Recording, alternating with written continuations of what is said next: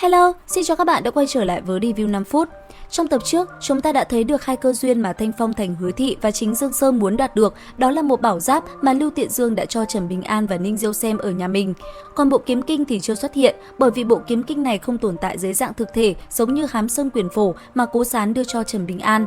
Thực chất, nó được tổ tiên của Lưu gia truyền lại bằng một luồng kiếm ý giấu vào trong huyết mạch hậu nhân. Đến khi gặp người có đủ hai điều kiện là thiên phú và cơ duyên thích hợp mới có thể lĩnh ngộ được. Trong tập này, trọng điểm sẽ xoay quanh việc Tề Tĩnh Xuân phải từng bước dấn thân vào tuyệt cảnh. Đầu tiên là ba nhà binh gia, Phật gia và đạo gia đến lấy đi áp thắng vật trước thời hạn mà không báo trước. Áp thắng vật là gì? Để hình dung đơn giản thì hãy tưởng tượng áp thắng vật là một cái cầu trì chuyên dùng để đối phó với việc quá tải điện gây cháy nổ hỏa hoạn. Đây chính là ý nghĩa cơ bản của áp thắng vật. Trong trường hợp này là ba bảo vật gồm hổ phù của binh gia, lôi âm tháp của Phật gia và thiên sư ấn của đạo gia. Tất cả bảo vật này áp thắng việc sụp đổ của Ly Châu Động Thiên. Qua việc Tiệt Giang Chân Quân Lưu Trí Mậu mang đi hai mẹ con Cố Sán và để lại hai túi kim tinh tiền đồng, hẳn các bạn cũng đã nhận ra là tại Ly Châu Động Thiên không chỉ riêng bảo vật mới được tính là cơ duyên mà con người cũng là cơ duyên. Trong đó có một nhân vật đặc biệt là Mã Khổ Huyền, thiếu niên áo đen cũng ngang tuổi Trần Bình An, hắn bị người nơi đây coi là kẻ ngốc vì luôn tự nói tự cười. Mã Khổ Huyền xuất hiện lần đầu khi Trần Bình An cùng Ninh Diêu và chị Khuê đi lấy nước. Lần này, binh gia phái Dư Thị Vụ đến lấy đi áp thắng vật chỉ là tiện đường, còn mục đích là bằng mọi cách phải mang Mã Khổ Huyền về chân Võ Sơn. Cậu thiếu niên có vẻ như không được bình thường này, ngoài tư chất và khí vận cực tốt ra thì còn có thân phận là thần linh chuyển thế, sở hữu tâm tính kiêu ngạo và hành động sát phạt quyết đoán. Hắn ta cũng biết rõ thân phận thật sự của chị Khuê cho nên luôn mồm nói muốn cưới chị Khuê về nhà, thế mới khiến bà nội hắn độc mồm độc miệng với nàng như vậy. Nhân vật này được xây dựng với mục đích ban đầu là đối trọng với Trần Bình An, cho nên cũng sẽ có những điểm đối lập để so sánh. Nếu như Trần Bình An tại Ly Châu Động Thiên này ít có bạn bè, lại im lặng ít nói bởi vì do ngày sinh Phạm Húy nên nhiều người kiêng kỵ, thì Mã Khổ Huyền không bạn bè, không giao tiếp với người khác là bởi vì hắn coi người khác đều là run rế sâu kiến, cho nên luôn khinh thường liếc mắt. Oán hận giữa hai nhà Trần gia và Mã gia cũng kéo dài rất nhiều năm, lại còn không phải chỉ là một hai chuyện, cho nên cả Trần Bình An và Mã Khổ Huyền đều giữ oán hận tại trong lòng, nên hễ có giao tranh của hai người này thì chắc chắn sẽ rất đặc sắc. Lại nói về Dư Thị Vụ của phía binh gia Tổ Đình chân Võ Sơn, hiện nay hắn đã là binh gia tu sĩ 10 cảnh, để mà so sánh chiến lược giữa kiếm tu và binh gia thì có thể nói là 19-1-10. Vì ngoài thuật pháp như tu sĩ và thân thể mạnh mẽ như võ phu gia thì binh gia còn có độc chiêu là thỉnh thần. Tưởng tượng đến hai người cùng cảnh giao chiến thì một bên thỉnh ra được một vị thần mạnh hơn đối phương 2-3 cảnh với toàn bộ thủ đoạn có thể dùng ra thì bên kia còn đánh như thế nào.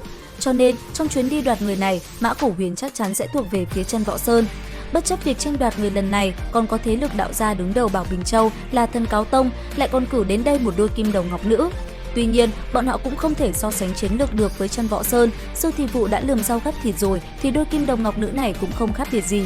Mặt ngoài là đến thu hồi áp thắng vật, còn mục đích thì kim đồng chăm chú tìm cơ duyên, ngọc nữ Hạ Tiểu Lương thì muốn trốn thoát khỏi sư phụ già ở nhà đang đợi sẵn để ép song tu.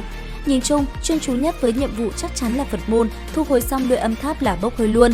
Các bạn có nhớ mụ già áp mồm áp miệng mắng chửi người khi Trần Bình An đi lấy nước không? Đó chính là bà nội Mã Khổ Huyền, tên Mã Lan Hoa, hiện đang là top 3 chiến lược tại Ly Châu Động Thiên này khi mà chỉ tính đến việc mắng chửi người. Còn top 1 và top 2 mắng chửi người là ai thì mình sẽ tiết lộ khi những nhân vật này xuất hiện. Đừng nhìn Trần Bình An có vẻ ít nói. Một khi đã để hắn mở miệng mắng thì toàn bộ hạo nhiên thiên hạ lẫn man hoang thiên hạ đều phải khiếp sợ. Phần công lực này cũng được tính là công lao của Mã Lan Hoa, ít nhất chiếm 1/3. Chắc hẳn ngay tập sau, Mã bà sẽ phải đăng xuất bởi nhóm người mới tiến vào Ly Châu Động Thiên là Hải Triều Thiết Kỵ sẽ động thủ. Hồn phách của bà ta sẽ bị Dương Thần Quân thu lại, sau này được làm hà bà của con suối nhỏ hay xuất hiện trên phim. Đừng nhìn bây giờ bà già độc mồm này đáng ghét như thế nào, sau này chuyển đổi thành hà bà, nhan sắc được nâng cấp lên thì không biết có bao nhiêu người phải quay xe đây. Quay trở lại với Trần Bình An, sau khi rời khỏi cuộc chiến với Mã Khổ Huyền, trên đường về nhà, hắn đã gặp Tề Tiên Sinh. Hôm nay ông đích thân đến trao cho hắn hai con dấu là Sơn Tự Ấn và Thủy Tự Ấn do chính tay ông khắc. Ngoài ra, còn một cây kiếm gỗ hòe lấy từ gỗ cây hòe già tại trấn nhỏ này. Trong cây kiếm có một hương hỏa tiểu nhân của cả Ly Châu Động Thiên này trong suốt 3.000 năm, đó cũng là đại biểu cho khái niệm thần tại nơi đây. Hương hỏa tiểu nhân này về sau sẽ được Tề Tĩnh Xuân giao lại cho Dương Thần Quân với điều kiện vị thần quân này phải ra tay cứu Trần Bình An một mạng. Vậy nên mới có chuyện sau này Trần Bình An cõng kiếm xuôi nam qua đảo Huyền Sơn đến kiếm khí Trường Thành gặp lại Ninh Diêu.